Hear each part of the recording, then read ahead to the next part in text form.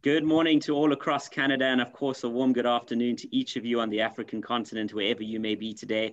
I'm Gareth Bloor, President of the Canada-Africa Chamber of Business, and it is my immense pleasure to serve as the moderator for today's event. I want to congratulate Susan Namolindwa, among others, for their incredible work in setting up this event, which brings all of us together for the next 2 hours as we discuss the key opportunities around the informal economy on the African continent. I certainly recall as a public representative serving in the city of Cape Town, the incredible importance of this segment to the economic life, not only of the city, but of the country. 1 in 8 jobs were ascribed to the informal economy. And that represents, of course, not only livelihoods and dynamism on the continent, but incredible opportunity for Canada as a partner of choice across various African markets. And I'm very pleased with those who are joining us today. We're going to start with opening remarks from Susan Namolindwa herself, followed by 2 keynote addresses, both here from Canada. And then after 40 minutes, we'll be going into the next session, which is a panel discussion from those who are with us today on the ground. We're going to be offering some key insights that I think are going to be invaluable. We'll then get into some discussions and Q&A and be joined for our closing remarks from the University of Ottawa. And that'll be Victoria Schnorr taking us through to 12 o'clock in Canada and into the early evening across the African continent, wherever you may be. At this particular point, to lay some of the ground rules and expectations for the next 2 hours, I'll be introducing each speaker and providing a brief background. We'll then be taking questions at the Q&A following the panel discussion. You're welcome to submit your questions. The Q&A is active, and though you may not be able to interact verbally with the speakers, you can certainly post your questions and they'll be receiving those in real time and helping prepare responses. If you have any queries at all, feel free to reach out to me directly using the chat box. We're very privileged to be here with some of the most incredible and dynamic leaders. And I want to thank each one of our speakers for taking the time to be with us. There's an incredible spirit among the group today, and I think each of us are going to feel that energy as we move through the remainder of the program. Well, without further ado, an individual that is well known to many of us, given her leadership at the Africa Trade Desk, is none other than Susan Namolindwa, who serves at the desks as Executive Director. Susan is a seasoned, client-focused and results-oriented executive. She brings a track record of over 25 years, mobilizing partners, teams, and stakeholders, all of it with the view of deepening Canada-Africa collaboration. She's worked with business owners and on leadership opportunities, also with the private sector, but as well as the public sector. She's just returned from some time on the continent, and she's certainly no stranger to those of our guests who are joining us from various countries in Africa today. Susan's got significant experience with strategic advice and consulting, and in addition to all of these roles and her philanthropic efforts, she's also a vice president over at the Canada-Africa Chamber of Business, where I'm based. Susan Namolindwa, the opening remarks belong to you. The floor is yours. Good morning. Good morning, Gareth. Thank you so much. And good morning, Canada. Good afternoon. Good evening to all our guests from the beautiful continent. I have to say I'm nostalgic. I just came back from the continent and my heart is still warm, my body is still warm, but I'm back in Canada. So this morning, I don't know if I don't know where my biggest allegiances lie, but that's the beauty of the work that we do, because we are trying to connect the 2 places that we love. And thank you, Gareth. I mean, like, I'm part of the chamber, but thank you, Victoria. Victoria has had a tremendous, has had to lift a lot as I was away, you know, enjoying the sun, and she had to do most of the coordinating. And thank you, but thank you really for everybody that is joining in today. The pandemic has, I mean, like, we cannot downplay it. At this point, we are 1 year in. And the effects are felt everywhere. Be it here in Canada, I'm still indoors for the next few days until I finish my 14 days. But the economy is, you know, has been devastated. Everywhere around the world, things are being done differently. Africa is no different. I knew it was different when I was in Tanzania recently, and I'm looking, you know, with such, you know, like, desire at the corn roasting, ladies roasting the corn on the street, and I couldn't even touch it. I'm like looking at it and it's busting. It's got the flair of the, you know, like the charcoal, and I'm like, Susan, you can't touch it. I was in Ghana, and before I left, Victoria said, you can't leave Ghana without having kelewele. And I tell my hosts that I want kelewele, and they're going, are you sure, Susan? I'm like, yes, I mean, like, I did have it, but anyway, that's a topic. But the seriousness of this is that the informal sector really is the engine that drives the African economy. And this is everything from the women that I'm talking about with the corn and the kelewele on the streets to the lady who made my shirt. And I'm hoping you can appreciate it. It's a beautiful shirt. But these guys, just like the rest of us, have had to do things differently. So this morning, I really need to get out of the way and let us hear from our star panel.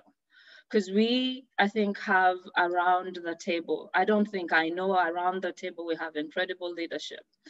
And my job this morning is easy, really. It is just to say welcome and get out of the way and let the experts help us to really have a little bit of an insight.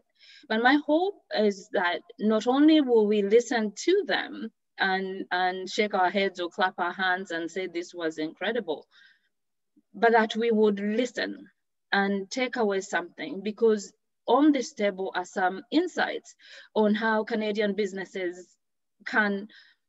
I always want to get away from the sense of help. Africa does not need help. Canadian businesses and African businesses need to do business together, and together we can thrive.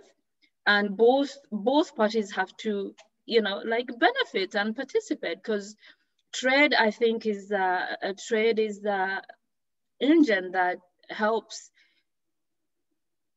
take away help, but it's that facilitates the dignity on both ends. So this morning, strap your seatbelts or fasten your seatbelts, and let us hear from the incredible leaders and panelists that we have on the desk. Back to you, Gareth. Thank you very much, Susan. Well, certainly incredible is one very apt way to describe it. And as you point out, the opportunities for Canada are significant. One of the leading organizations here in this country is the Business Council of Canada, comprising the largest companies across the length and breadth of Canada. And Trevor Kennedy does a number of things there, playing a key leadership role at the organization. Here at the Chamber, we've known him best for his role as Director of Trade and International Policy. He first addressed the Canada-Africa Chamber of Business back in October 2019 and has really given a core focus to the importance of Africa and raising awareness of the continent and the opportunities to leading Canadian businesses. He works closely with the Government of Canada as well as corporate leaders from across the country, and I think has been a champion on pointing out on a very neutral forum just how significant the opportunities are. I certainly recognize, as does our board, that Mr. Kennedy's main message has always been on what the business community can do to enhance the ties between Canada and Africa. And last year, very aptly, during the visit of Prime Minister Trudeau to the African Union, there was a landmark report brought out on the continent by the Business Council of Canada. And Trevor Kennedy, you played a key leadership role in that. Without further ado, for our first keynote remarks, the floor is yours. Well, thank you, Gareth, for the excellent introduction. I hope I can live up to the expectation here. I'll just share my screen really quickly, and I'll explain why I'm here today. So let's see. Can everybody see? Yes. So maybe just to begin, so first of all, thank you so much for this opportunity to speak about a topic that I'm very passionate about, and something that I think many of our members are starting to think a lot more about, but about the commercial opportunities between Canada and Africa.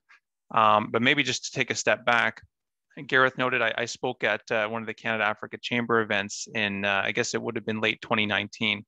And at the time we were developing a paper that I'm now happy that I can actually present the final paper.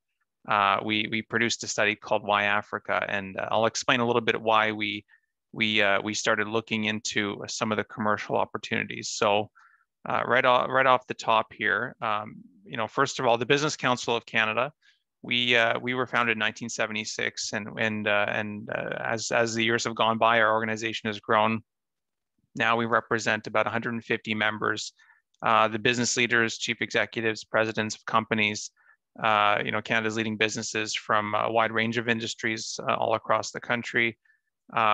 Together our members employ 1.7 million Canadians, contribute a significant share to the country's GDP, the value of the Toronto Stock Exchange, but we're also major exporters and investors around the world.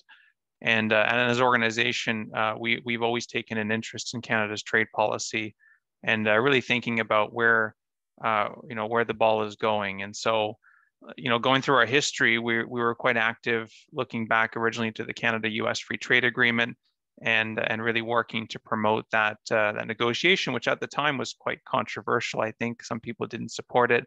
Ultimately, we were quite happy how things have turned out. Leads into NAFTA being a major priority for us. Eventually, Canada becoming part of the World Trade Organization and the formation of the World Trade Organization. More recently through CETA with our partners in the European Union, the CPTPP, and we all know CUSMA or USMCA for those not based in Canada. But the real question is, where do we go from here? Canada is a trading nation, and our prosperity is very much tied to our ability to trade and our ability to compete in international markets. And so that's where I think we need to start thinking about Africa. Going back to, really stepping back maybe a few years ago, I think the discussion around trade diversification really emerged. Some of it based around, some of the concerns within the Trump administration and the approach they were taking towards trade policy, a lot of uncertainty around the world, but it was quite clear that Canada needed a diversification strategy. And our government set a very ambitious agenda in the 2018, perhaps it was the budget or the fall economic statement, but a plan to increase overseas exports by 50%, by 2025. I'm not sure where we're at the moment, but I believe we still have some ways to go. And looking forward, we need a very ambitious strategy to meet those targets to ensure that Canada does eventually diversify its trade relationships. And I believe, and through our report, it's quite clear that Africa needs to be part of that strategy if we are going to achieve that goal. So just take a step back here, sorry. Often on trade diversification, the conversation in Canada, and something we support, it's very much focused on the Indo-Pacific. And we know there's a lot of fast-growing markets in the region, a lot of opportunities, but I think a lot of those opportunities also apply to some markets in Africa. And we know before the pandemic, some of the fastest-growing countries in the world were in Africa. I think 6 of the 10 fastest-growing economies, at least before the pandemic.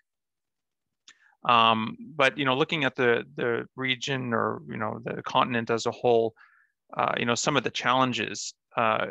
We see that intra-African trade is still relatively low. I think it was 16% of trade for most African countries. Much higher levels when you look around, say, to Europe or Asia or even North America. And so, that presents a challenge, but also an opportunity as the continent integrates through the African, free trade agreement. As we see, more affluence, the growth of the middle class, more digital adoption. Certainly something we've seen accelerate in Canada, but African consumers are adopting quite quickly, and smartphone adoption is one thing that we highlighted in our report. But also urbanization, and I think this will change the dynamic for how Canadian businesses and other countries look at Africa. So anyway, we produced a report. We commissioned some research by Churiak Consulting. Dan Churiak is an excellent trade economist based out of Ottawa. And in our report, he ran some models for us, and I'll go through some of the results here in a moment. But we released our report in February of 2020, which was an interesting time because, of course, our government had some really high-level engagement with a visit with our Prime Minister and other cabinet members. And we had a really good, I think we had some momentum at that time. But unfortunately, because of the pandemic, we had a bit of a pause, I think, in that engagement. And so, I'm really happy that, a year later, I have an opportunity to discuss this report and hopefully, going forward, we can drive some more attention back towards commercial opportunities, because it did seem like we had a moment there. And anyway, so looking at some of the results we've seen from the report itself, and I'll just make sure I'm on track here for time. Looking at Canada's share of exports and other countries' shares of exports from 2001 to 2018, Canada's performance wasn't terrible. We did triple our exports to Africa over that time period.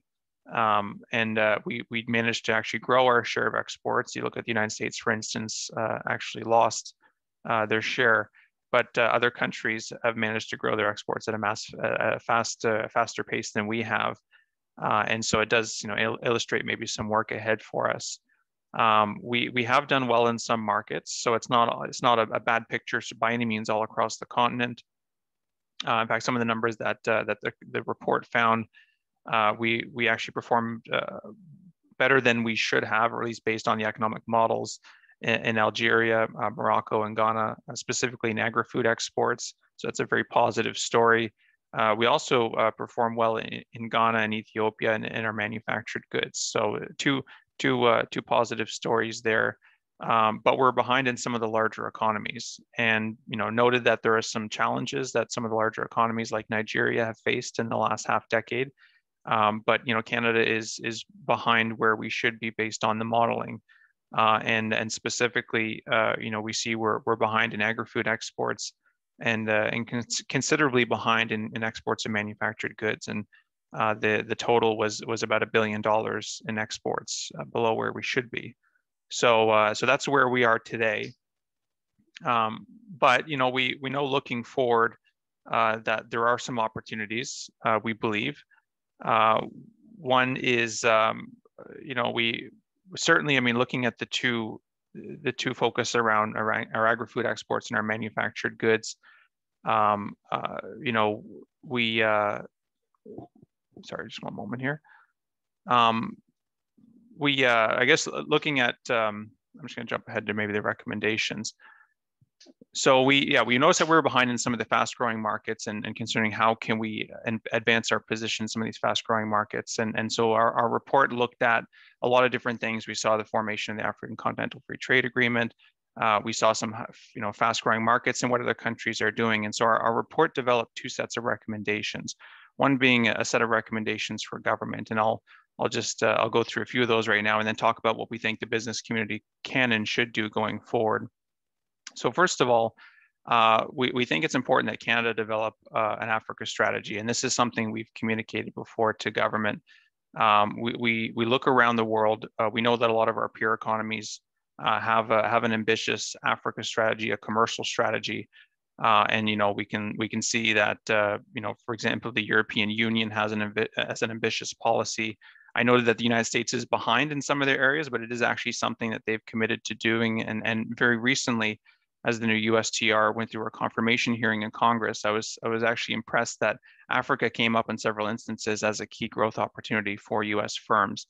And we also know the Chinese, the Russians, India, and Japan also have strategies. So it's important that Canada does have an ambitious strategy, and as one that really looks at the commercial opportunities. We know that there is a significant international development component to this, but there's also an economic opportunity. We also, looking at how other countries have performed well in the region, and what we've heard from many experts is that, Canada needs to continue to prioritize high-level visits to African countries. Last year's visit was very encouraging, but we need to continue that form of high-level engagement, as we do see in other parts of the world. And certainly we had some numbers in the report, and I don't want to misquote them, but looking at, say, the number of visits that high-level Chinese officials have made to Africa, and comparing that to Canada and some other countries' performance, sometimes just a visit is an important indication of our interest. Another thing is around ensuring the success of the Continental Free Trade Area. While I think it will be some time before, say, Canada could potentially become a trade partner, it's not quite clear, what the nature of our relationship would look like. But one of the consistent challenges that I think is a challenge for Canadian business in accessing Africa is, just the number of countries involved, the different jurisdictions, levels of development, regulatory environment. And so, the free trade agreement itself creates, hopefully, will be an attractive single market. Will make the continent more accessible, and also by growing intra-African trade, will make it easier for, say a Canadian company to set up operations in one large market and to scale up from there.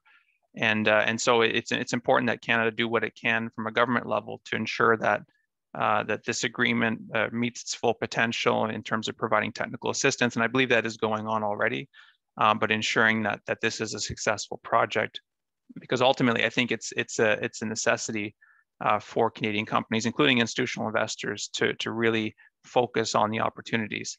And while we wait for that opportunity, we think there's a value in continued negotiation of our FIPAs, our bilateral investment agreements, and potentially to look at some individual countries that might be a good stepping stone towards some broader continental engagement. So I think that would be, or at least our report would indicate that those would be some strategies that our government can take. But of course, I can't just provide recommendations to our government. I have to talk about what the business community can do, because it wouldn't be fair just to provide what we think the government should do. For businesses, the challenge is finding some of the niche market opportunities.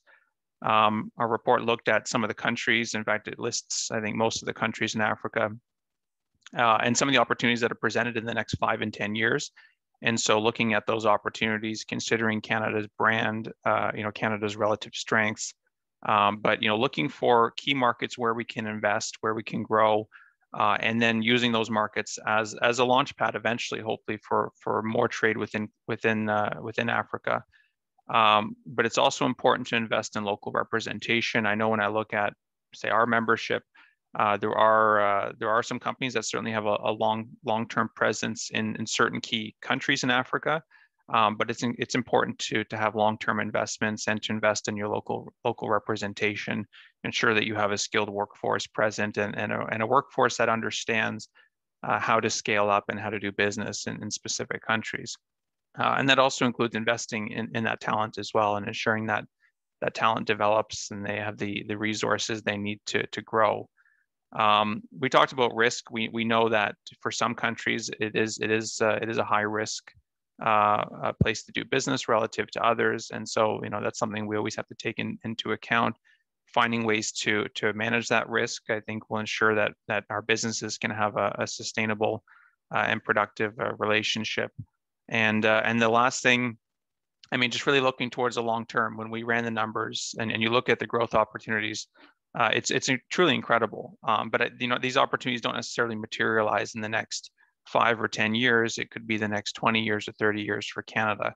And so starting to think about Africa in the same way that maybe Canadian businesses started thinking more seriously about Asia 30 years ago or 20 years ago, I think that would be an important development for the business community to really look at it in that lens. I know that I've kind of run out of time here, but I'll just say, if you're looking for some information on some data, our report really does go into detail. In addition to that, we have the analysis that Churiak Consulting prepared for us. Really goes into detail around some of the specific market opportunities in specific countries, and lists, kind of where Canada is performing relative to its distance from the continent. So all in all, I just thank you for the opportunity to speak here today. I hope this made sense and was interesting for everybody, and just to say that we're interested in maintaining a focus on Africa, and we hope that emerging from COVID, we can do more with some of the organizations here today to promote the economic relationship. Thank you. Well, thank you very much, Trevor. We greatly appreciate your commitment to the continent. And one of the remarks that I saw that was just sent to me a moment ago by phone is the fact that for those of us who are from the continent, who promote the continent, it's to be expected that we're going to be flying the flag. But certainly when there's an organization like yours that sees the opportunity, particularly with the work you've done, it's certainly greatly recognized by all of us working on the specific Africa trade file, so to speak. So thank you very much for that. Thank you to those who are sending questions, some of them to email, to me personally, others via WhatsApp, and of course on our chat line. We'll certainly get to those. We have a second keynote speaker, and certainly this is a great pleasure for me. It's the first time I've had the opportunity to moderate a session featuring Susan Bakker, the regional representative for the Trade Facilitation Office in Canada. Susan is an advocate for women exporters. She's also the president of Bay Communications and Marketing, and is an authority on international trade, as well as issues of women's entrepreneurship and diversity. She's a prolific writer and a global speaker on women in trade, and is presented in Europe, across Africa, and at the WTO in Geneva. Susan is the founder of the Organization of Women in International Trade in Toronto, which is the first Canadian chapter of this global organization, and certainly an incredible group with global force. She's a senior consultant to Grow Trade Consulting, which provides trade facilitation services for US companies looking to come here into the Canadian market. And she's also the Ontario representative for the Trade Facilitation Office, which is helping SMEs in developing countries access the incredible Canadian market. Many other roles, but I'd just like to point out, Susan, too, your service to the country on the Canadian Minister of International Trade's SME Advisory Board, a post you held between 2008 and 2011, as well as the fact that you represent the Organization of Women in International Trade through their stakeholder consultations on various free trade agreements. An absolute honor to welcome you. Thank you so much for joining us, and a very good morning. Thank you so much, Gareth, and my pleasure to be here. Thank you, and it's great to be with all of you today.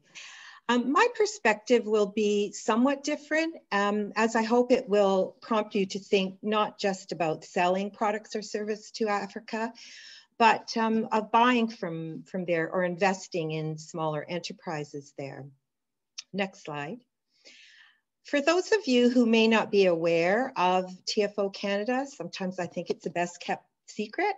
So I'm just going to give you a quick overview today of who we are, what we do, why we do it. And I'm going to talk about our presence in Africa, and importantly, how we can help you access opportunities there. Next slide. So who we are. First, essentially what we do is help connect exporters from developing countries with Canadian buyers and importers. TFO Canada was actually created by the Canadian government in 1980. And it was the launching point of an innovative approach to trade to welcome exports from developing and emerging economies to Canada. So our mandate is to use trade promotion as a tool for economic development by facilitating access to the Canadian marketplace and sharing the trade expertise for the benefit of companies and their employees in developing countries. Last year, we celebrated a real milestone, which was our 40th anniversary. Next slide. So what we do, well, as I said, we provide our services to small and medium-sized exporters, Canadian importers and buyers, and we work closely with trade support institutions in developing countries. Our website with robust content is available to almost 150 developing countries, but we only do specific projects with selected countries that are in line with our donors' objectives. These projects are typically capacity building ones for small and medium enterprises in developing countries that we do along with our trade support institution partners there. We also do market familiarization tours for exporters, such as visits to major food retailers when they visit Canada on trade missions and to attend trade shows. And we also conduct market entry studies. In terms of facilitating contacts, well, we promote the export product offers of Smes to over 2,000 Canadian importers who are registered in our online database. And we also facilitate the introduction of contacts through organizing trade missions, which of course now are in the virtual space, along with B2B meetings for exporters with Canadian buyers. Next slide. Here you'll see the sectors that we focus on, which essentially are those that align with the kind of products that developing countries produce. So that's everything from food to apparel. And we deliver these our services through a project management staff based in Ottawa with global experience and through an extensive network of associates. That includes trade specialists, sector experts, and researchers. Next slide, please. So why we do what we do? Well, I can't recall who said it, but this really resonates with me. An ounce of trade is worth a pound of aid. And I think the testimonial on this side demonstrates the impact of trade on employment. It's really a critical enabler of growth, creating more and better jobs for the world's poor. Next slide. You can see some of our past projects and partners here that are funded by various donors, most of which focus on capacity building. So they cover the gamut from helping artisans to coffee producers to fruit and vegetable exporters. Now, Tim Hortons funded the TFO Canada Tim Horton Coffee Partnership. And that's an example of a private sector investment which helps improve informal sector producers. In this case, in the coffee sector. I'll talk a little bit more about that shortly. Global Affairs Canada is one of TFO Canada's main funders. So there are 2 recently completed projects and a couple current ones, which include Women in Trade for Inclusive and Sustainable Growth. Bit of a mouthful, we call it WIT. So that's a 5-year project to support women-owned and led Smes exporters from 24 developing countries to take full advantage of the opportunities existing in international markets, especially Canada, and thus contribute to economic growth and poverty reduction. This project involves TFO working with 30 trade support institutions in the selected developing countries. And there's greater focus on sectors with high employment potential for women, such as fresh fruits and veggies, processed foods, home decor, footwear, cosmetics, and services. The project takes a longer-term capacity building and partnership approach with the involvement of women-led associations and trade support institutions developing holistic programs. Another project is making trade work for women in sub-Saharan Africa. So focusing on Lesotho, Uganda, Madagascar, and Ethiopia, this project aims to enhance economic empowerment for women entrepreneurs in these countries. It provides training and technical assistance to help increase exports of specialty apparel, textiles, fashion accessories, and home decor to Canada and other foreign markets. Next slide.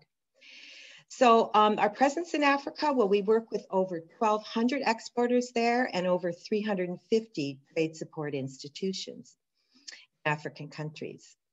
Next slide. So now I mentioned how we can help you. Well, importers and buyers are key in Canada, are key partners for us. We depend on them to help us understand consumer demands in Canada and their requirements. So in turn, we help them source products and services from developing countries, form relationships, and invest in partnerships. Next slide. So this slide highlights the sectors that we focus on in the 2 projects for women that I mentioned earlier. So we'll be working with suppliers of products that match Canadian consumer demands and diverse Canadian tastes, and also with service suppliers of ICT, tourism, and education. And we'll be looking for Canadian buyers for these products and services. Buyers who are willing to meet companies, provide guidance, and attend buyer missions. Next slide. So how do you source these and other suppliers in our network? Well, it's easy. You simply register in our website. You get access to our foreign supplier database for sourcing imports from over 10,000 exporters. And these can be searched by country or product category. Next slide. Another way to source suppliers is through our partner trade support institutions. For example, through this organization in Ghana. Next slide. And here are additional ways to find partners and begin developing relationships. Use our platform, yes. Also let us know what you're looking for so we can assist. Sign up for our monthly import info newsletter that features new product offerings from new companies that have registered. And it's also valuable to go through an intermediary like a producer association or a lead exporter that are connected to informal producers. And as I mentioned, connecting with the trade support institutions in target countries. There are also many regional B2B platforms, such as the one shown here, where you can also identify potential partners. And so once you've done this, you can then think about developing a joint strategy with the local partners, which could be formalized into a partnership. Next slide. So let's talk about what some of these partnerships could look like. You could provide guidance and mentoring, as I mentioned. For example, I mean, e-commerce and digital trade have emerged through the pandemic as one area of growth that least developed countries have struggled to tap into due to limited ICT infrastructure and insufficient human resources. You could also help facilitate building production capacity and quality by investing in training or equipment or certifications that will enable companies to develop an exporting track record. You could also provide working capital through advance payments if you're sourcing from these companies. So these types of support address the challenges that are faced by Smes, particularly women exporters in the informal sector. Challenges like positioning themselves for digital trade, like lack of access to finance and to information. PFO addresses some of these challenges, which enables exporters to bring benefits to workers in the informal sector. And what we do is what Canadian investors could also look at doing, such as providing training on meeting our market requirements through market familiarization, through product design trends, through packaging and labeling, through types of certifications are needed, through introductions to buyers, through B2B meetings and buyer missions. Next slide. So I'm going to show now some examples of partnerships. So first of all, here's one of our partnerships. So under WIT, that was the Women's Project, and in partnership with a foundation, TFO Canada trained these producers and organized a trade mission. So by understanding and being able to respond to market needs following training and a market familiarization tour, this co-op expanded its members who are producers. Next slide. This is the corporate partnership one with Tim Hortons that I mentioned earlier that included women that were not previously involved in coffee production, who got involved since their husbands had migrated. So they were able to use the coffee farms and develop their skills and their income as a result of this project. It was done through providing them with training on more sustainable and cost-effective production techniques to improve coffee quality, supplying processing equipment and training on coffee tasting, which resulted in higher value for marketed coffee. And next slide. This is an importer partnership one example. So Meet Garden Flavor, a Canadian importer of exotic and tropical fruits that supplies wholesalers and some retailers in 3 major Canadian cities, and actually expanded their operations to the US in 2020. The owner partially funded certifications that were required by 3 of her preferred developing country suppliers because they needed these in order to sell into the Canadian market. Another contribution she has made is being a speaker at a training session that we hosted this year for developing country trade reps on the effect of the pandemic on Canadian importers like herself. Next slide.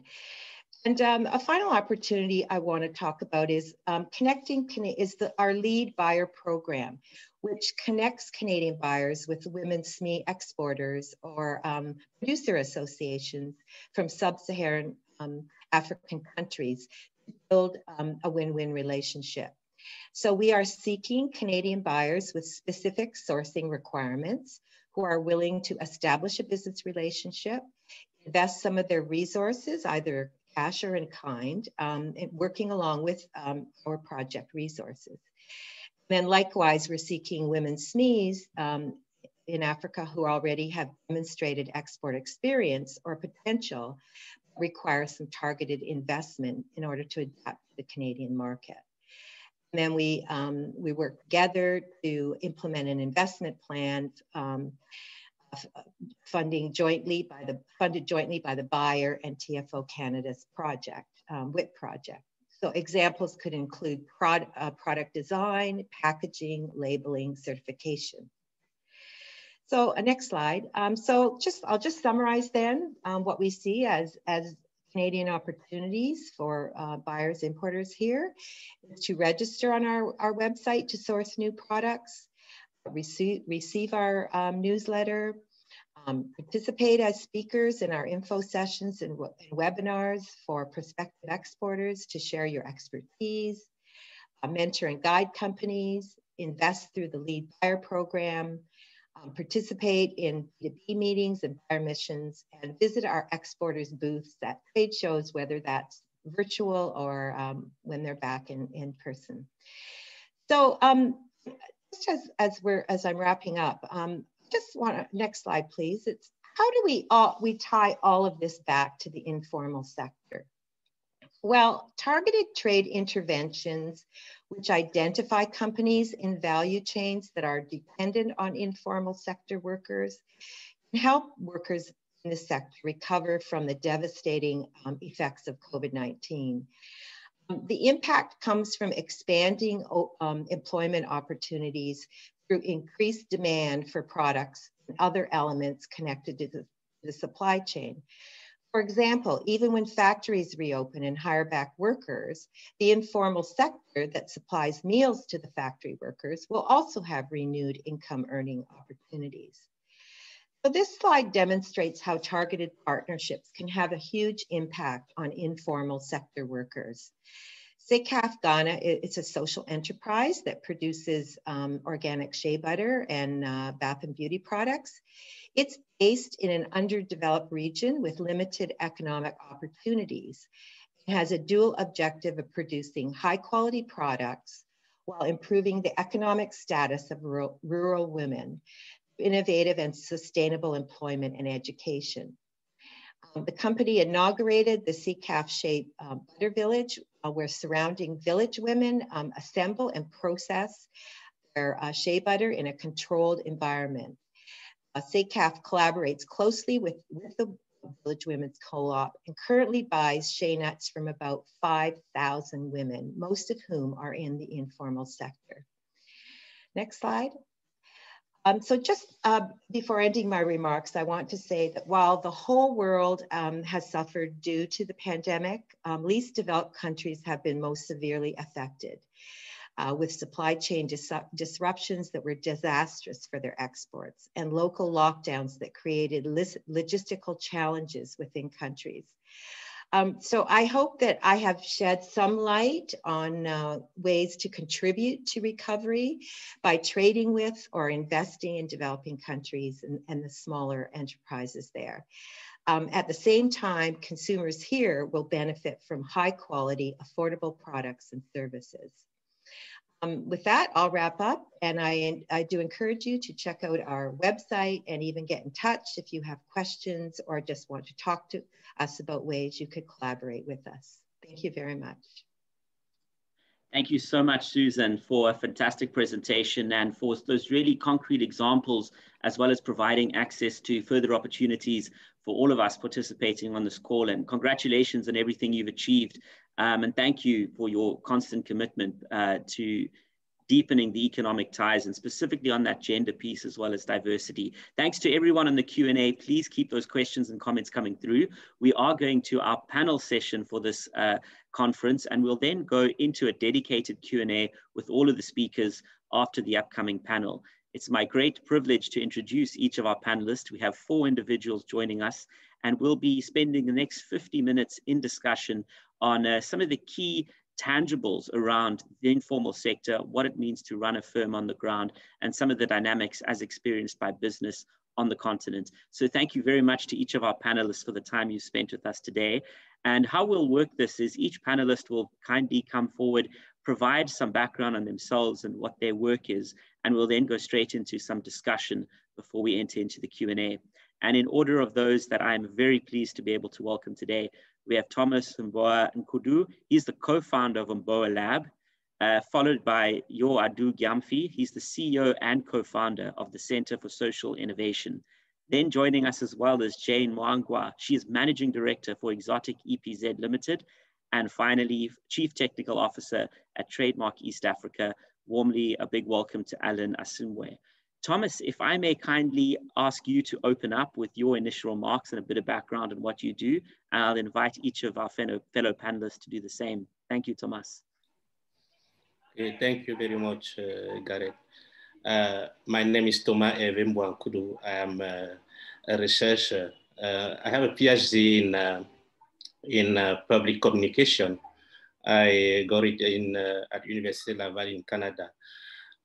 But my initial background is in biochemistry, and I have also another background in science of education. But now I'm working as a researcher for Open African Innovation Research Network, when I'm also a Queen Elizabeth scholar. But I'm deeply involved in research action. So I'm doing research. I'm working in the field work. That is why I co-founded the Mboa Lab in Cameroon. Thank you. Thank you very much. And if I can now invite Yo to present your opening remarks. Thank you. Yeah. Thank you very much, Gareth. It's good to be on this panel, and good morning to our Canadian friends, and also to you, fellow panelists, and to my colleagues who are also listening to us from across Africa. It's a good evening or early afternoon to you all. My name is Yo Adu Gyamfi. I'm co-founder for Center for Social Innovations here in Ghana, in Kumasi. I've been involved in the last 10 years in trade and development, especially focusing on informal sector, facilitating trade and working on projects around economic empowerment across the country here in Ghana. And through Open Africa Innovation Research, I've had the opportunity to be part of the informal sector innovation researchers group, and also personally undertook a research focusing on the informal sector here in Ghana, and looking at how knowledge and innovations from the informal sector can be harnessed for policy making in Ghana. And so I'm glad to be here, like I said, and I look forward to the discussions.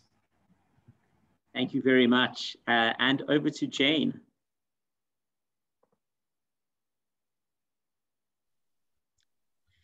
Good morning and good afternoon, depending on where you are at. Thank you very much, Gareth, for the opportunity to introduce myself. My name is Jane Maigwa. I am a director and a business leader of a company, the only women-owned, 100% women-owned macadamia nuts processing company in Kenya. It's called Exotic EPZ. My training background is in business leadership and entrepreneurship. I have also done, my first degree was in appropriate technologies. And before I joined the private sector, I was working in the social sector, in the development sector, lastly having worked with the International Labour Organization, promoting entrepreneurship programs there, women economic empowerment, youth employment programs, up until when I felt I wanted to put my hands to work in the private sector and establish a company together with my two lady partners. Thank you. I look forward to the session. Thank you so much, Jane. And finally, over to Alan for opening remarks. Good afternoon to you. Good afternoon. Hi, everyone. Alan Asimwe from Uganda. I work with Trademark East Africa, not-for-profit organization that supports trade and regional integration across the East Africa, the Horn of Africa, which is Ethiopia, Djibouti, and then Southern Africa, Malawi, Mozambique, Zambia. So we cover 12 countries, and Canada is one of our big supporters. We are actually supporting and working with them to implement their feminist trade policy, looking at informal traders. I'm a lawyer by training, but I've done most of my work in development, public policy, governance. And right now I do support and oversee our entire portfolio of around $620 million, looking at infrastructure, looking at trade environment, so standards, ICT for trade, looking at business competitiveness, work with the private sector, women, gender, and our entire climate change portfolio. So it's a wide portfolio, but I do have an amazing team to work with. Thank you so much. An incredible array of not only experiences, but also geographies and expertise. So thank you again to each of you for joining. Our first round of discussion pointers, if I may, will go according to the order in which you so kindly offered your opening remarks. Tama, the first question is for you around some of your observations around the informal economy and what, in your view, may be the most understood aspects of the informal economy when it comes to your engagements, either with people in Africa who are not in the informal economy or with audiences of policymakers or business leaders from outside the continent. The second question is to you, Jane, and it goes to your background in labor. Any thoughts on how social protections for the informal economy can better help safeguard individuals who are in the informal economy who may feel somewhat exposed given that they operate outside some of the regulatory environment that governs the formal economy? Yeah, the question to you goes to your focus on innovation. Do you think there are any specific measures, or certainly which measures do you think have been most successful in helping to foster that innovation at the level of the informal economy? Because it seems not everyone considers or may realize just how much is taking place there. And then finally, the last question to you, Alan, over in Uganda is what specific message have you heard in working with the informal economy and its leadership in particular when it comes to issues around formalization? For example, are you finding people are saying we can operate better as the informal economy if there's a path to formalization? Or in fact, are you seeing something different where people are happier and prefer to stay in the informal economy as it's called, or so-called, as some would argue? So any thoughts around those dynamics there would be welcomed. That's the first set of questions. And Smes, if I may hand over to you to answer the first one. Thank you.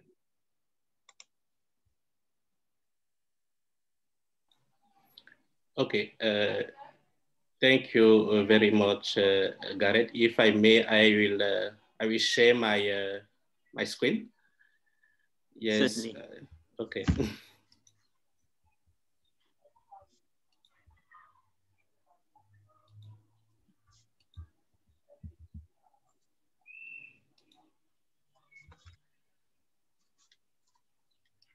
Okay. Okay, thank you so much. The first thing for me to say is I just want to make sure that we have a common language, a common understanding of what we are calling the informal sector, you know, because sometimes it can be confusing regarding the perspective from where or from what discipline you are looking, what is informal sector. So if you are able to read, I think you are able to read what I said, but informal sector is not something bad, but is something, is a kind of set of activity running as a formal activity recognized by the state and this kind of other legal organization.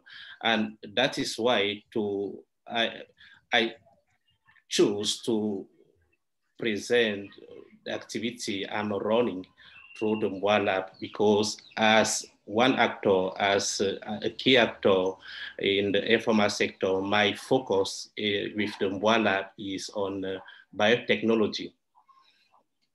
So the Mwa Lab is a kind of an open space based in Cameroon. Is a fab lab, a biohacker space, or whatever you want, but is an open space based located in Cameroon, and mostly our activities are focused on two main domain: biomanufacturing and local hardware manufacturing. In terms of biomanufacturing, what we are doing currently, we are producing enzymes for people involved in biology and medical domain. They know how reagents are so hard to get in Africa. Sometimes you have to order them abroad, and then some, and you can have a lot of issue when you order them, because due to the delay, sometimes you can have your reagent already denatured and useless. So that is why we decide to start a local production of enzymes specifically in Cameroon, in such a way that we can distribute it, this enzyme locally, and also facilitate capacity, help with capacity buildings of local talents. Yes, that is how we come out with our first batch of product. And actually, we are selling those enzymes in many labs in Cameroon and also in Ghana, where we have our partner, Kumasi Hive also. And I just want to say that the good thing with this aspect is that biotechnology and open and manufacturing of enzymes is a kind of high level of sciences, but it's happening outside the institutional legacy, institutional power or institutional organization, because sometimes our states are not at the same level of technology like what is happening in terms of social innovation outside the institution. So that is why we delve in, and with the support of collaborators in Cambridge, in UK, we succeeded to put the Mwa Lab in place in Cameroon. And it's very helpful because through the Mwa Lab, we are able to help also local university, and also to provide reagent to all the lab at a very low cost, if you know, because when you buy or you order reagent outside Africa, is very expensive. The price can be multiplied by 10 in order to get this product in our place in Africa. The second domain in which we are working a lot is local hardware manufacturing. As you know, local manufacturing is an important aspect of the fourth industrial revolution, not only because it helped to democratize equipment, reagent, and knowledge, but also because it strengthened local talents. So people, African, are able to build stuff themselves from their place. So that is the kind of collaboration we need not only to send us black box, but we need to be able to open the black box and understand all what is happening inside. So facing the lack of, when we face the lack of equipment at the Mboala, we decide to develop our own equipment using open source and all the code we had through internet and through our collaboration with people through the maker movement, and they are everywhere. Even in Canada, we have a lot of friends working there in many biohacker space. And we succeed also in terms of collaboration to get some fundings from the Open Society Foundation in order to help us to produce local equipment for medical lab. And a sample of what we succeed to build is, you have some example there, vacuum chamber, a desiccant, and the equipment to desiccate the enzyme, for example. We succeed to build this with local engineer working in an interdisciplinary manner with biologists and sociologists, and we succeed to build this equipment. It's working very well. So that is another equipment we built with our team at the Mboala. And here you have our shaker incubator working also. All those equipment are very expensive if you want to buy the commercialized one. But now we have, when we succeed to build them locally, we have the same results, because now we are able to perform the same experiment our colleagues are performing in Cambridge at the same time in parallel, without any need to move from a place to another, to move our sample to another lab outside Cameroon or Africa. So the challenge we are facing is in terms of pattern, you know, because you need to meet a certain number of standards in order for the product we are building to be accepted, socially accepted by our institution.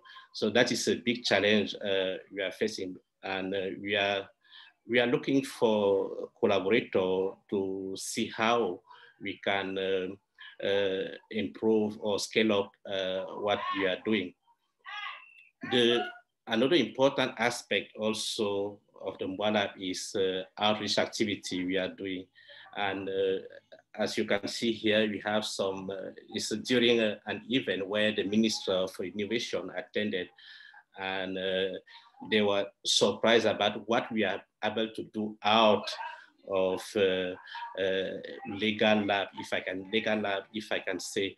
And an important aspect also is the involvement, the engagement of women in STEM in the Mboala, because doing biotechnology outside academia give women and minority, marginalized community more space to explain their talent, to explain, to do the research they want to do without any constraint and all kind of barrier. So I will stop there for the presentation of what we are doing at the Mboala. I will continue later if there is a question. Thank you. Thomas, thank you so much. Absolutely brilliant and very insightful. I have to say, your point that the informal economy is not something negative, I think is totally spot on in my experience as well, working on the continent. It is dynamic, it is moving, and there's certainly incredible innovation, and you've shown that. Yeah, if we can come to your perspective on the innovation component, any thoughts on that? And of course, feel free to touch on any other aspects of the slides that we just saw. Thank you. Thank you very much. And I would say thank you to Thomas for sharing such an insightful presentation. I'll take it from where Thomas left off and share more perspective on what the informal sector in Africa is, using Ghana's example.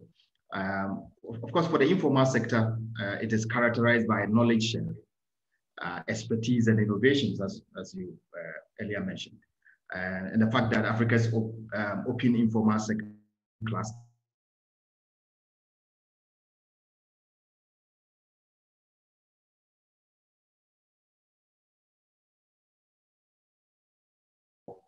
for developing patterns and modes in, say, informal sector in Morogoro, or in Kache, or in some magazine in Ghana. It is also important to know that Africa's informalization represents the new localization. And I think this was highlighted by research done by Elahi and others in 2013 within the Open African Innovation Research Network. And the fact that such informal economies and societies are more global and local hybrids with multiple identities. The fact is that you have such sectors within the informal sector, especially say in Swan Magazine, which is an automobile and mechanic cluster, where knowledge from the global level is harnessed for local requirements. So you have a situation where artisans would make different models of innovations that will seek or address local requirements for agriculture and for other areas. So increasingly, you need to understand that in the informal sector, there's a lot of knowledge sharing. There's a lot of innovation that is going on. But all of that is within the open access and not that of patenting or patents and things like that. Because all of these trade and development issues also bring in this week issues around patents, issues around rights, and all the straight-jacketed access to knowledge that characterizes what we have at the moment. More importantly, we need to also understand that over the years, the informal sector sometimes has not benefited a lot from a lot of these policies and incentives that are supposed to help. We've had structural adjustment programs in Ghana in the 70s and 80s, where especially in the 80s, which were supposed to reshape the economy. We've had different programs being held. Quite recently, when we had lockdowns in March, April, thereabout, I think people have done research that suggests that largely it was because of the agitations of the informal sector, who felt that they couldn't stay home, they had to be out to work, they had to be out to be able to earn a living, that sort of drew the back down from government, leading to opening up the economy once again. And if you also access the economy very well, you see that it is within the informal sector that is now driving the recovery in terms of investments and also incentives that have been put in place. Government realizing that the informal sector increasingly has become the engine of growth of some sort, had to come up with a package of around, the government of Ghana, with a package of around 600 million cedis, basically for the arm of government as the National Small-Scale Industries, National Board for Small-Scale Industries, that was specifically tailored towards supporting with funding for small and medium-scale enterprises. And that's a recognition that the informal sector, it would increasingly drive the growth. So for instance, if you also review government's work around, or the government program, 3-year program around the Ghana Cares program, which is around about 100 billion cedis. Much of that is also going to revitalizing the economy and looking at support systems and direct support for SMEs. So that's a direct recognition that in the next 3 to 5 years, the informal sector and small businesses are the way to go. Previously, there are incentives that you may not think of it as directly supporting the informal sector, but it is doing that. For instance, you look at the partnership of some sort of 2 government programs, the One Village, One Dam, the Planting for Food and Jobs, which is being supported by the Canadian government, and also the One District, One Factory, ensuring that each of the over 260 districts in Ghana have at least one factory producing using the raw material and natural resources of the areas for which they are situated. So you find out that as these natural resources are being harnessed for processing, they will have to be dealing with cooperative businesses, agro commodity traders, aggregators and others within the value chain who are also largely informal. So in effect, that policy is also impacting on the informal sector. You look at One Village, One Dam, for instance. One Village, One Dam is for each of targeting each of the villages in the 5 northern regions we have in Ghana. Over 500 of these dams have been built in areas where they were considered as very difficult to find water. And so in the dry season, you had a situation where people were idle and couldn't farm, and then you have food security challenges. So this also presents an opportunity for further investment in the value chain for companies looking for new opportunities, looking for new innovations within the agro-processing sector, especially in the northern sector of Ghana. So if you look at if you analyze briefly what we've had previously in Ghana, and also with the pandemic situation, which has occasioned a situation to look inward and also to rely on policies that previously were meant to support the informal sector, but are also indirectly supporting the informal sector.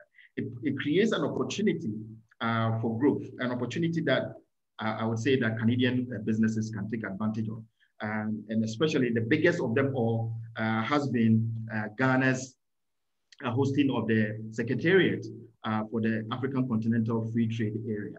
And I think that was a very strategic thing to do because looking at all these policies, the IFTA then will sit on that policy and will seek to materialize with this policy. What IFTA seeks to do is to open up the African continent. Now you have over close to 40 of nations out of the over 50 who have ratified and have deposited their instruments of ratification. And so since January, you have over 20 countries that are trading, especially in goods and later in services. So what this policy has done, and Ghana's positioning as the host of the Secretariat, is to present a host of opportunities for the informal sector and also help them to leapfrog the challenges with infrastructure. So previously, issues that they have to go through would be taken care of. Issues of delivery of goods and services, transport of goods and services.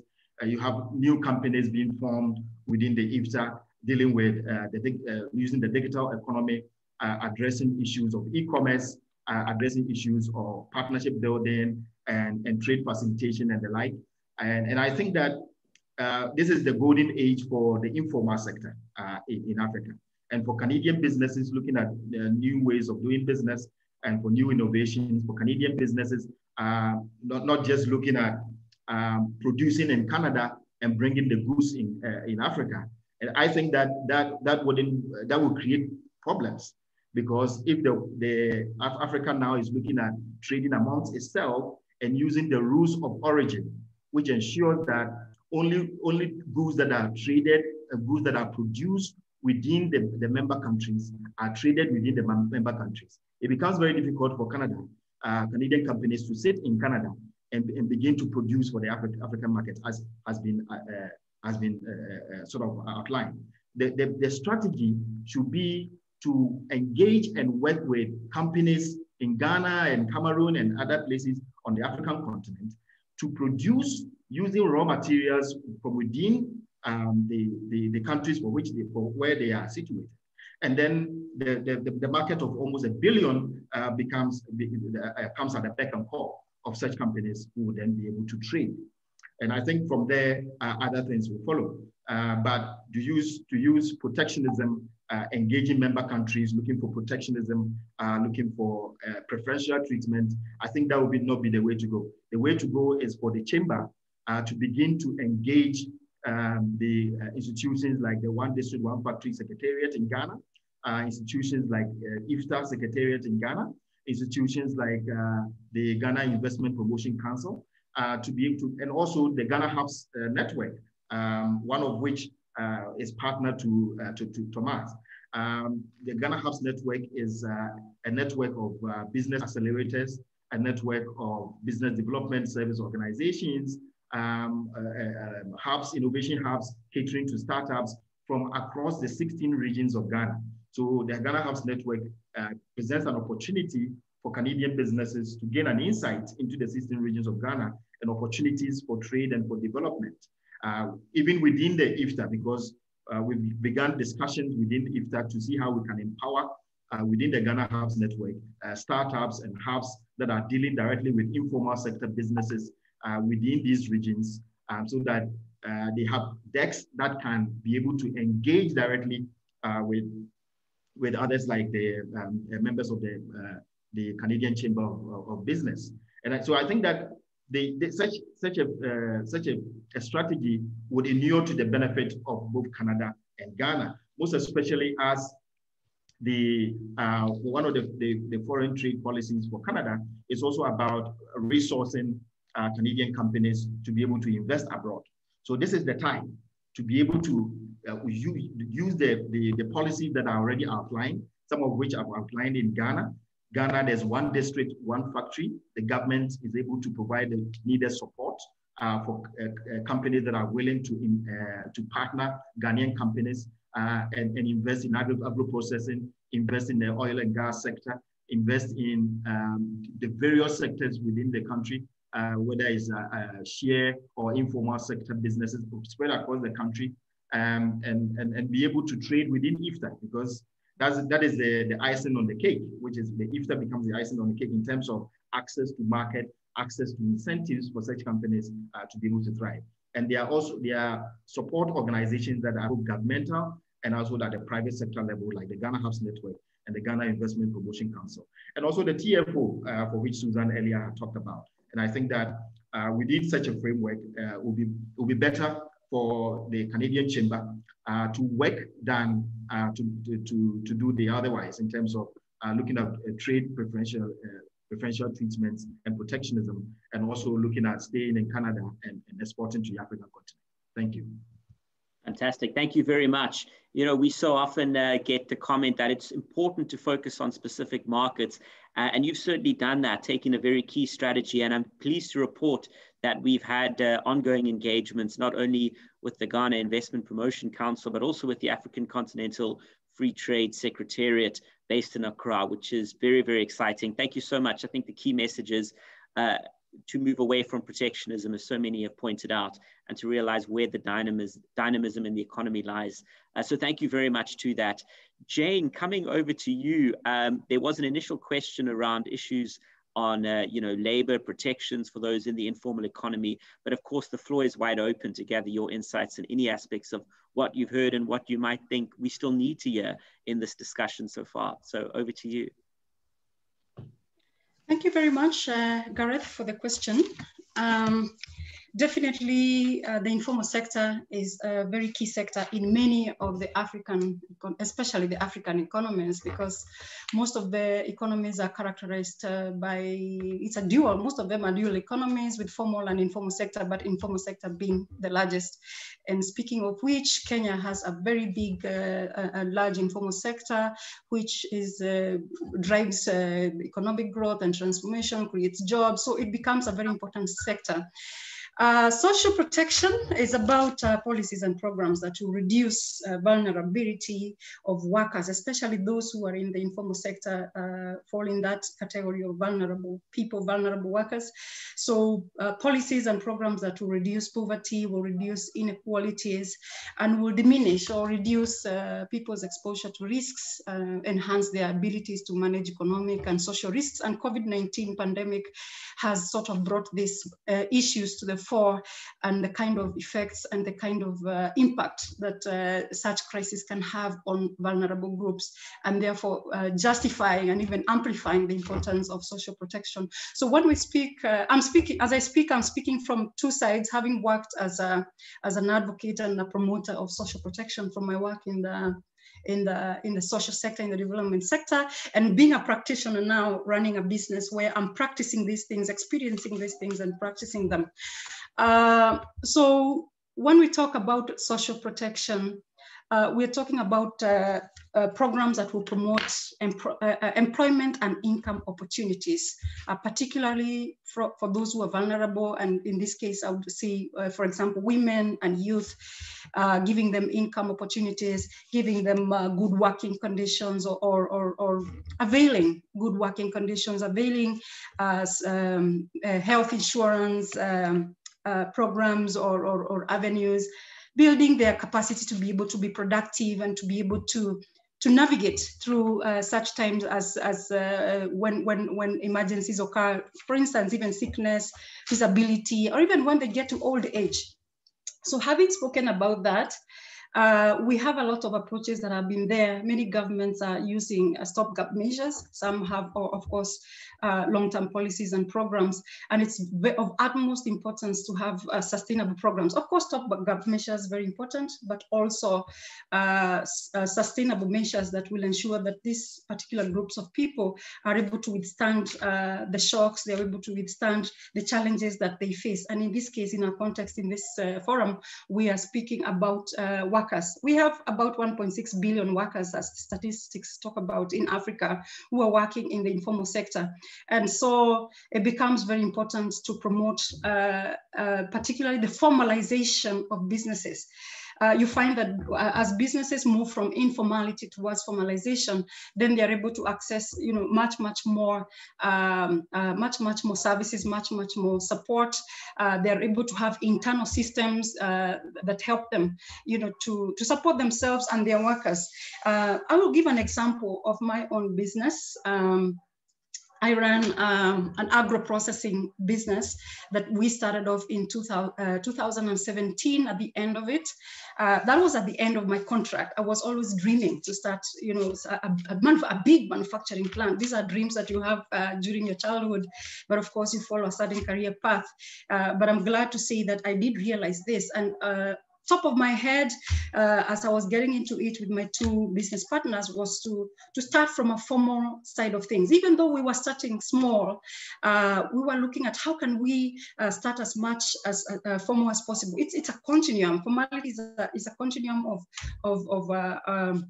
it's of a process. So there's the basic registrations that you must do as a business and acquire certain licenses that allow you to now operate in the formal space.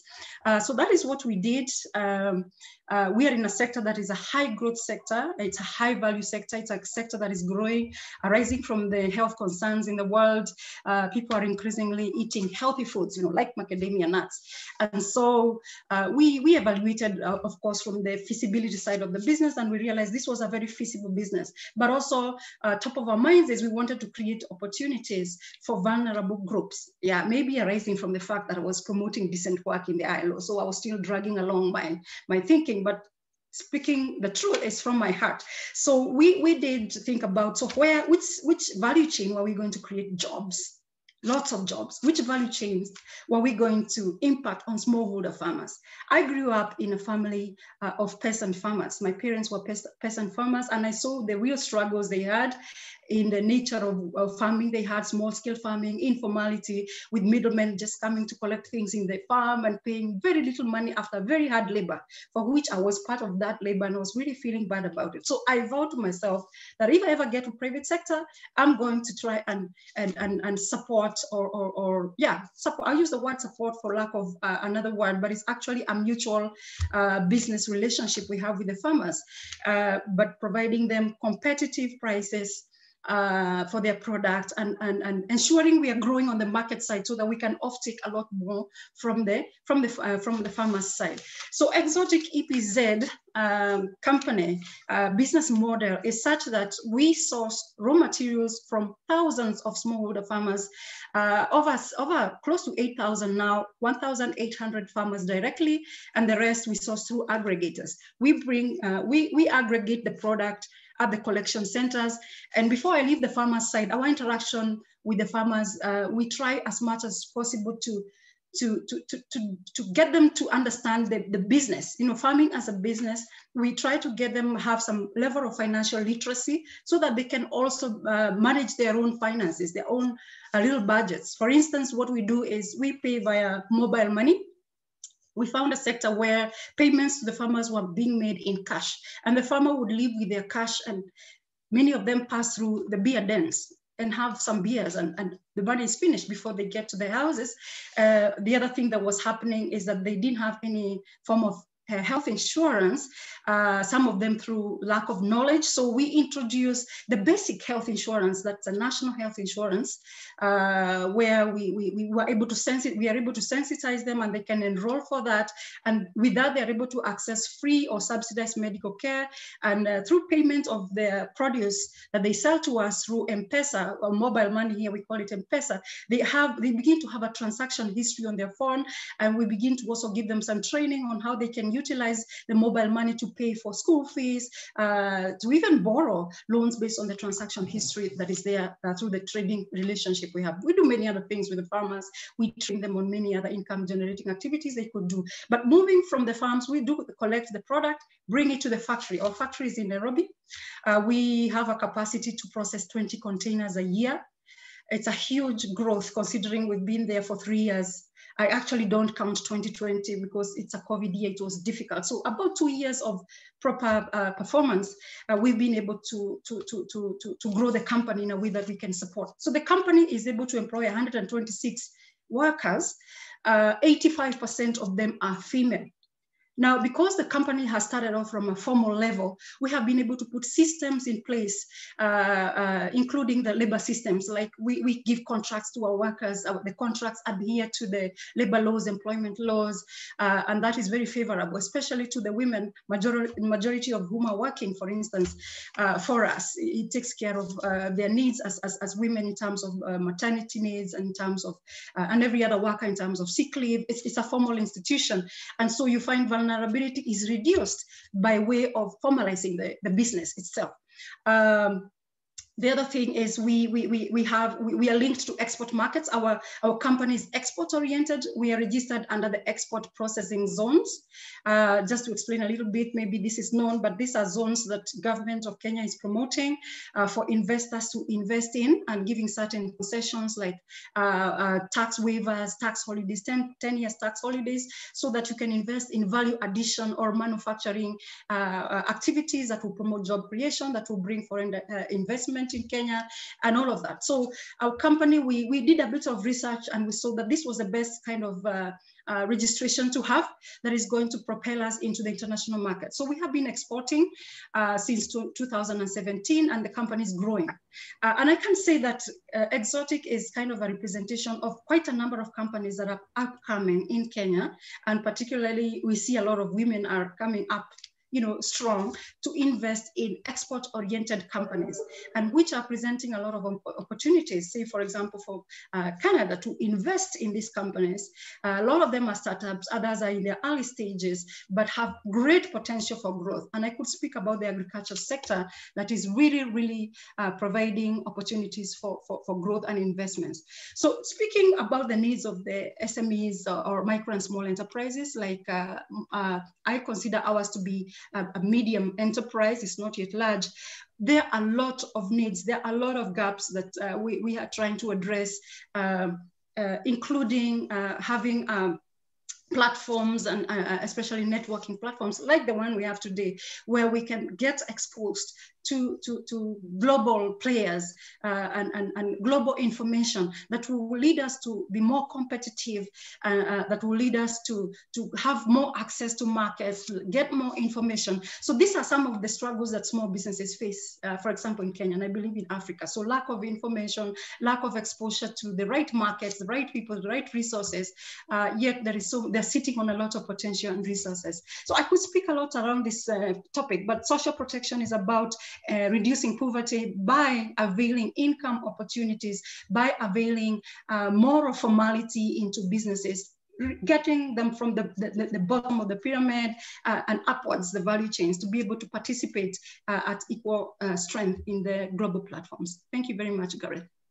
Thank you so much, Jane. And I can see other panelists nodding, including Alena Simwe, as we come to you. But thank you so much for that, passion and dedication And I think the component that a lot of people don't appreciate is the risk that comes into starting a new company. It's not that every informal trader or business person is doing that by necessity. They've got big dreams, they've got passions, there's entrepreneurial drive, and you certainly reflect that. And I just wanted to make that point on behalf of all of us here today who are hearing this. Alain, your viewpoints on any aspect of what you heard. I mean, there's been so much. I'll leave the floor to you. Thank you. Thank you so much, Gareth. It's really interesting to come after Jen with the passion, and of course, Yao and Thomas, who have also shared a lot about the work they're doing. And they really make powerful points, which I would like to re-echo what Yao talked about. We don't want, and I think Susan started with this, we don't want help, we don't want aid, we really want businesses on an equal footing. When you hear Jen's passion, Africa, and not just Kenya, the entire continent is littered with these businesses, small, medium, that are passionate, that just need a hand to work together, like a mutually beneficial relationship. So I'll just talk about informality. The other thing I would want to clarify that often happens when we talk about informal business is we often equate it to illegality, but informality and illegality are not the same. And for us, we've seen that having worked with over 30,000 cross-border traders in our first strategy that ended in 2017.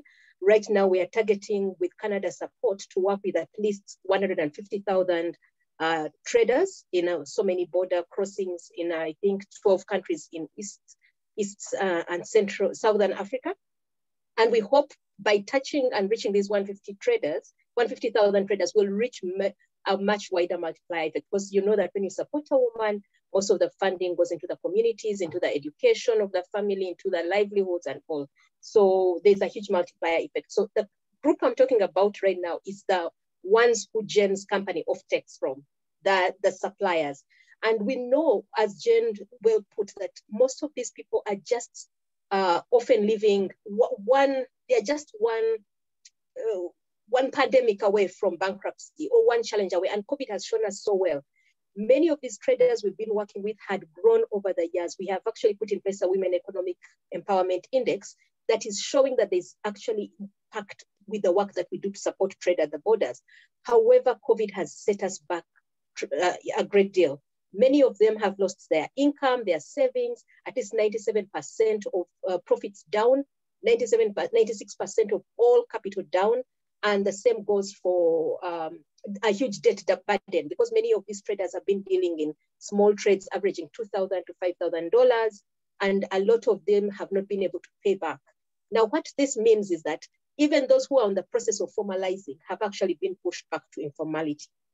The knee-jerk reactions taken by many of our governments, some of them were right, I mean, to close borders and all, but the way it has been done hasn't taken into account small business. So many of the traders have actually had their livelihoods completely crushed by closed borders that remained closed up to now, in some cases, or partially open for small business.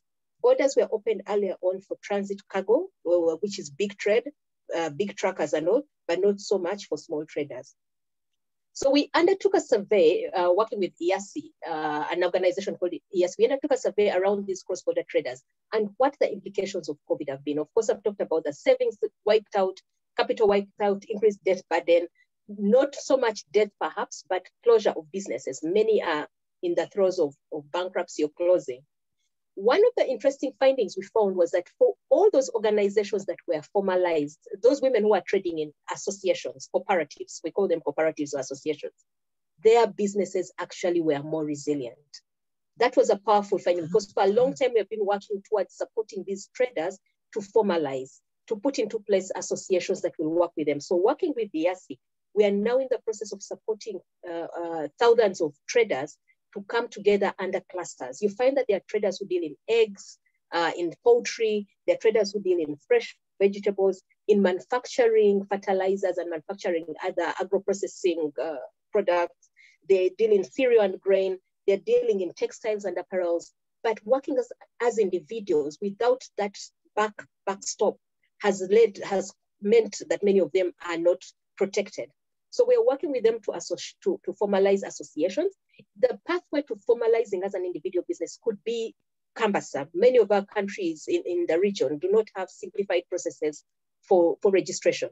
We do have simplified processes for trade, but these have been impacted. So for instance, a trader who was moving product of less than $2,000 doesn't have to pay tax across the border. And this is based, of course, on all the certificates of rules of origin, and if the products are fresh produce and all that, they won't have to pay taxes. However, this simplified trade regime has been, I can say, scampered because borders are now really half open to say, and the protocols are in place do not allow for small traders to move their products.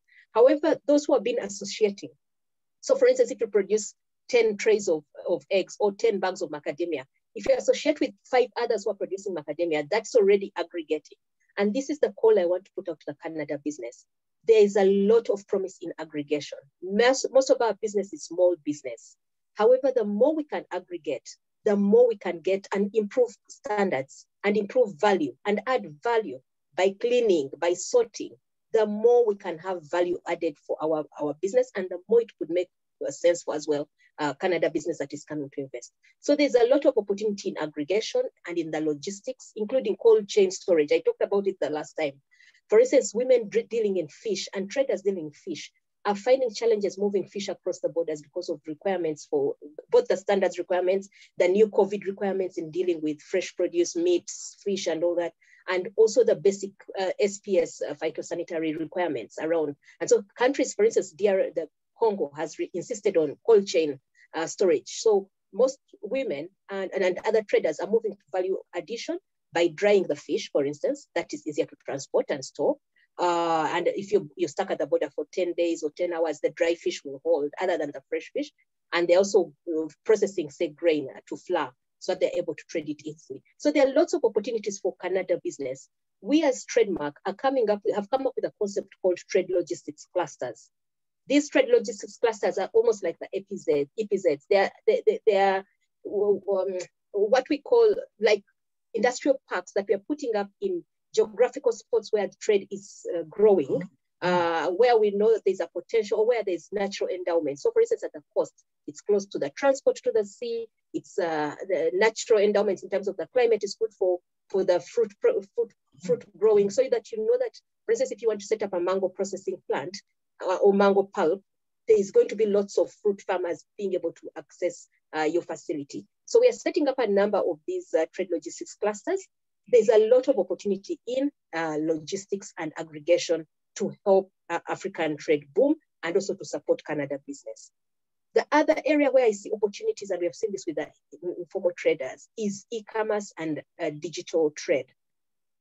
We've seen, and this was raised, I think, by Susan, we've seen an increase in digital trade in the last year.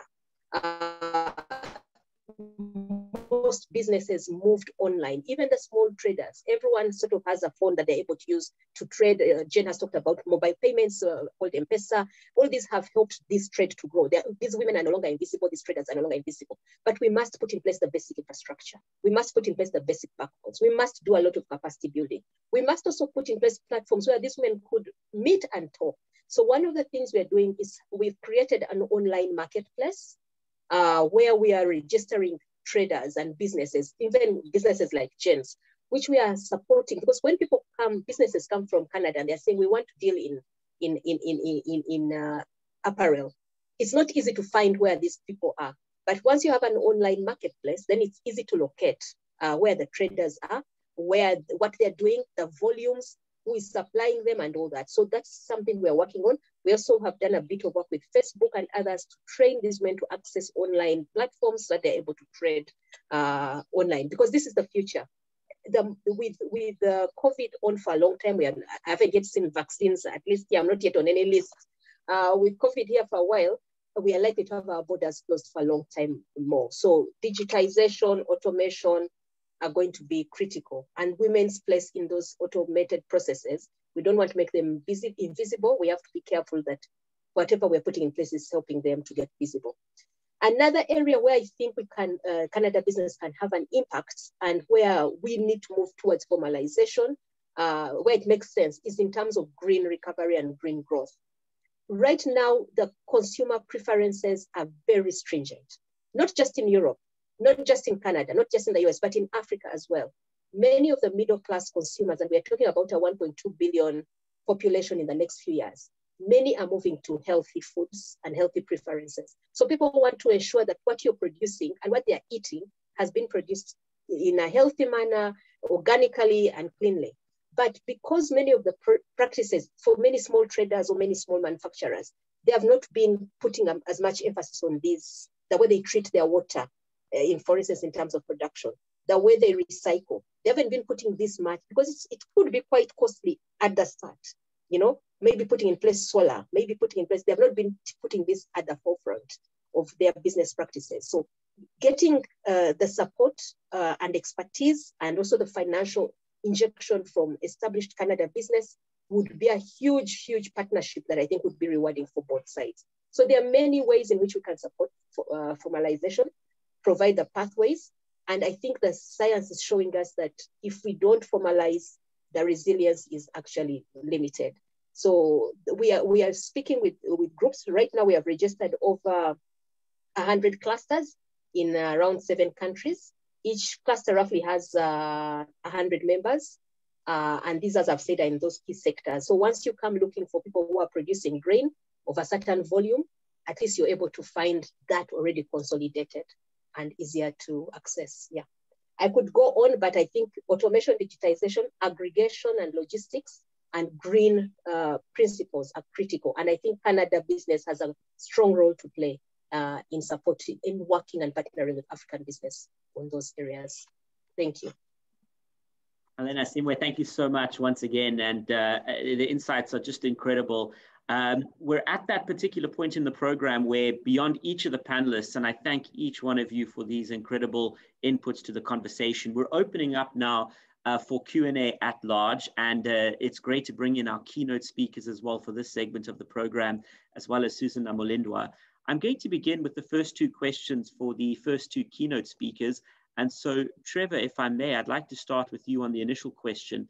And it goes around to the context of Canada's support for the African Continental Free Trade Area at the conceptual and development stage.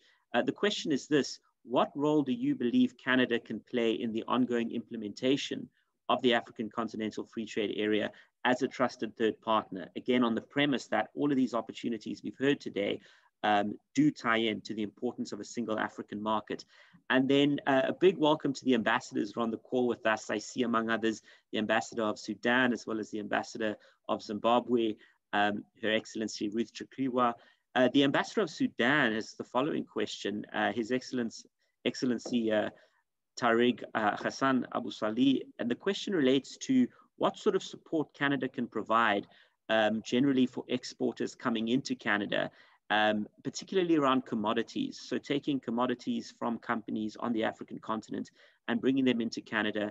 And I think that question would go to you, Susan Bakker, if you have any initial thoughts on that.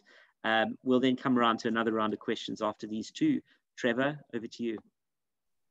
Well, thank you for the question. And you know, I think on one lens, it's primarily a government function around you know, providing technical assistance.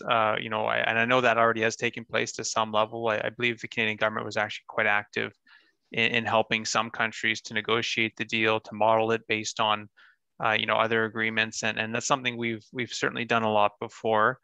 You know, potentially there's a role beyond the negotiating function. I don't want to speak for other organs of government, and I'm not a government official, but you know, in the, you know, we can look at the examples of maybe our Trade Commissioner Service or other parts of our government that help, at least on the Canadian side, ensure that trade agreements are successful and fully implemented, and that companies can take full advantage of those opportunities. So, you know, potentially there's a role for Canada in some capacity to help out with that. And I think that's it's really key that we remain engaged and ensure that you know, as this free trade area evolves and as it becomes more formalized and fully implemented, that if they do start negotiating with third parties as potential trade partners, that Canada is at the front of the queue. And I think consistent engagement at different levels of government and at the business community will, I hope, ensure that we're towards the front whenever that is possible. Thank you very much for that very succinct answer. The next question over to you, Susan. Just the question was premised from the ambassador to say thank you for such an excellent presentation. So just into any thoughts around specifically support for commodities from smaller businesses in the informal sector.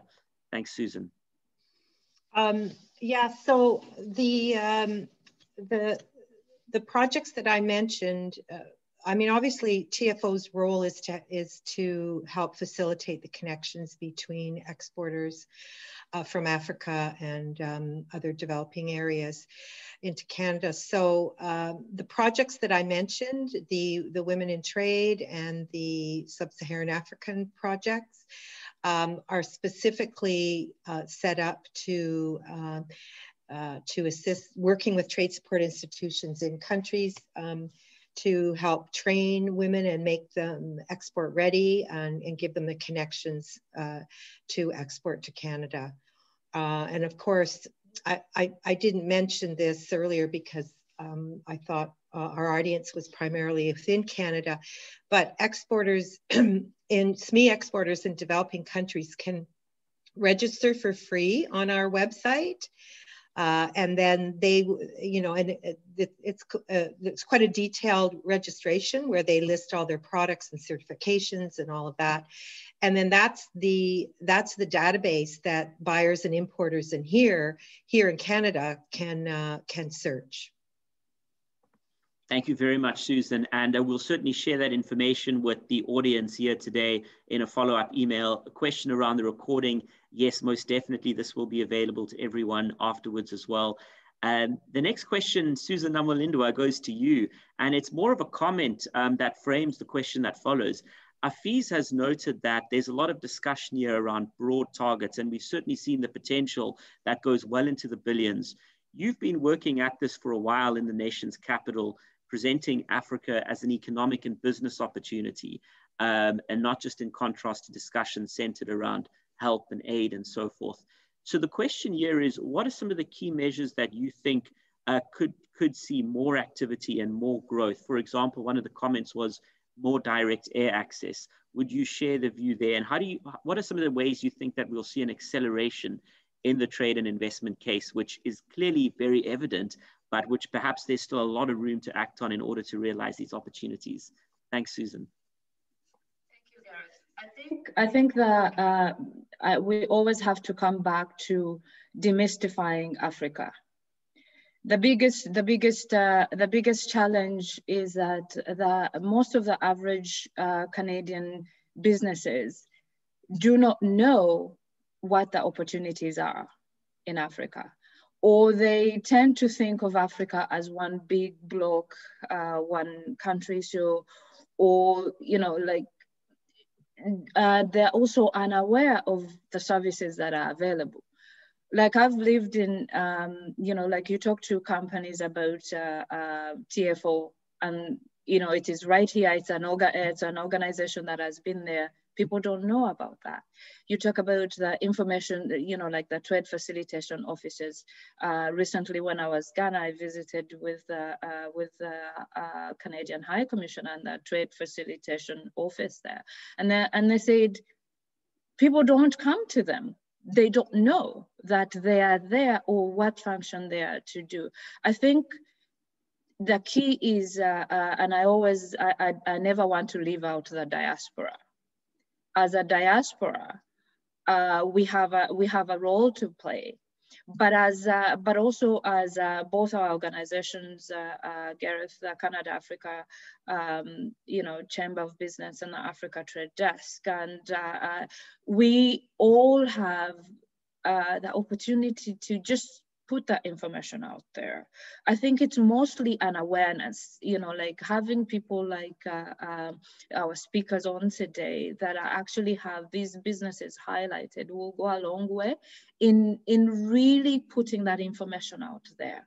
And I think that is really the driver, because when you think about the average Canadian businesses that were doing business with, say, the US or Asia, there's not so much room there. But when you think about the programming, like even as the chamber we have done through the pandemic, all the dynamic speakers that we have had on, and people hear about this and say, you can get these kinds of return in Africa. Yes, you can. And I think that is where the, we have to tell the secret that Africa is guard these opportunities. Africa has its own challenge, you know, just like everybody else. There are challenges which we have to deal with on countrywide level in terms of the perception, the ease of doing business, and this is where the governments can work with the private sector in really making those policies you know, like, so that corruption index, things like that smear the whole of Africa as one, you know, dark place where you're going to lose your shirt, to really highlighting people that are on the continent that are doing excellent work. Look at my sister Jen and what she's doing. I was, when I was in Tanzania, we have an MOU with cashew nut processors. These are cashews that are on the continent and ready to leave, but we need to really constantly put the message out there that Africa is a place where growth happens and ethical business happiness is happening and continues to happen. And that will only increase. There's no place to go but up. And it will benefit the Canadian businesses, but it will also benefit the African continent. And I think that's our role. So in summary, we need to put information out there as a chamber, as a trade facilitation office, as the trade commissioner services, as Trevor and the business culture. So with these partnerships, we can let the members, Trevor's members, know that, hey, these opportunities are there. And when you're going, you don't have to go solo. You know, you have partners like Susan's organization, the Trade Commissioner Services, that are there to see, you know, the EDC, all these programs that are all over the place in Canada that are going to benefit the businesses, but they are kept as secret. So, and let our diasporas be active. I mean, like the diasporas can really do those B2B connections that will that will help accelerate the investment on the continent. Thank you so much, Susan. And just on that point, there's another comment that's come through, and it's actually been a theme. There's also the flip side of the way Canada is viewed on the African continent, and a lot of other countries are on the continent and are active. Canada is a country with a lot of free trade engagements already around the world, so perhaps not as active as what it's certainly becoming and can become. So any thoughts on, for Canadian businesses, if you were chatting right now to Trevor's members, as perhaps you have already, what would you say Brand Canada offers as an advantage to really get in and ensure that Canada is positioned as a partner of choice in a competitive landscape where a lot of countries and companies are now looking at the African continent and seeing exactly what you've pointed out and what we've seen on this panel today? Well, Canada has that built-in equity. People like Canadians. I mean, like you say, and this is a known fact. I used to live in the US before, but people in the US would put, you know, tags, the Canada flag tags on their luggage because of that goodwill. I sense that Canada is not really taking advantage of that goodwill. Because you know, there are several avenues where we are, as Canadians, we are already on the table, but we are on the table to do anything else, but you know, like get active. I'm going to give an example of, for example, like right now with AU even drafting the Continental Free Trade Area gender file, you know, the gender policy. The gender policy is not complete. Canada is strong in gender, you know, we are ahead in a gender, you know, file like a gender in Canada and all that. There's some practical places where Canada can go in that we have not taken advantage. Canada has that goodwill built in that we really just need to add a notch. And I'm not a government official, and I have my own you know, my own thoughts around that. But I think you know, we need, as Canadians, and I, you know, recently when I had an opportunity to present to the Black Caucus, I did say that we need to take charge and offer not only not only, you know, aid on a peripheral or just, but really to take bold action, especially around the free trade agreement, because that will benefit our Canadian businesses. If I was talking to Trevor's members right now, I'll say, guys, strap your boots. Let us go on the ground. The continent is ready and it will welcome Canadians ahead of everybody else, if only we can get our suitcases packed and get on the continent. Thank you so much, Susan. And wow, so many comments and questions coming in. So I think the only way as moderator that perhaps I can do some justice is just to go in the order with which they've been received. And for any questions not answered, please do reach out to us. Susan and everyone on this panel is deeply engaged, and I can assure you we'll be in touch. But I want to go, if I may, to close with the following comment before we have the formal closing. And this is from Chioma, who says that research has proven aid ineffective. And here, direct quote, by some estimates, more than 2 trillion has been sent fighting poverty since 7 decades or over 7 decades with little direct impact. Entrepreneurs, however, are changing the world. Since 2005, an estimated 500 million people have been raised out of poverty, driven primarily through entrepreneurship. And examples are cited in China, Pakistan, Indonesia, Nigeria, with their local booming economies that have come into existence without any form of aid. So it's a very extensive comment, but thank you to all of the thoughtful insights and comments and perspectives that have been offered. I think in the post-event email, we'll certainly offer a few of these. Well, we've just gone 5 minutes before the official close of the event. And so it's my duty to thank each of you as moderator for an incredible panel, both those participants who've been with us as delegates for the past 2 hours, but also a massive thank you to each of the panelists for your tireless efforts and commitment to the continent and deepening the Canada-Africa trade relationship. And without further ado, I'd like to invite someone who is well known, not only in Ottawa, but across Canada and the continent, to lead us in the official close. Victoria Shaw is the regional manager and a research associate at Open Air. It's a unique collaborative network of researchers spread across 15 African countries as well as Canada. Victoria is a sub-Saharan Africa specialist who's brought nearly 15 years of experience analyzing African politics, economics, and trade, and ensuring that her insights are brought to bear in Ottawa and indeed across Canada. Victoria, thank you for the work you do, and I couldn't think of anyone more appropriate to lead us in closing what I think has been an incredible 2-hour session. Thank you very much, everyone. Thank you as well. I know it's been a long session for people, but I hope it was enjoyable. It certainly was for me, but this is also my geeky thing, so that's completely fair. I want to, of course, thank the co-hosts, Gareth and Susan, and your organizations. You did a lot of work on this, and I appreciate it. And thank you as well to our speakers, who are, of course, the main draw, the people that everybody wanted to hear and that deserve to be heard and need to be heard. So I appreciate all of the hard work you've all been doing in preparation to this and at this event. Thank you also to the audience. Without you, this would be pointless. So I appreciate everyone's interest and the questions and so much conversation, which I think holds a lot of promise and I hope will lead to great ventures. Clearly, we can all tell the diversity of business and innovation on the continent. These are just a few examples. I and my fellow researchers, and of course, everybody on the panel can tell you of many, many others and great entrepreneurs who just need a chance. They need a little bit of a push and a bit of a nudge and help. They're going to get there, whether we're there or not as Canadians.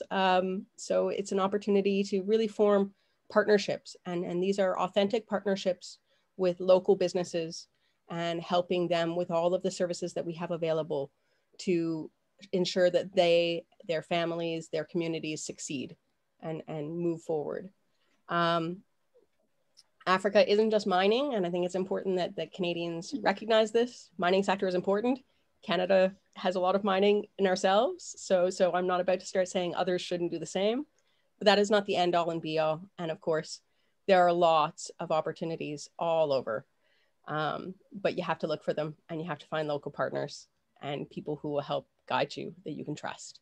And I hope that some of the people on this panel will be people that you will trust.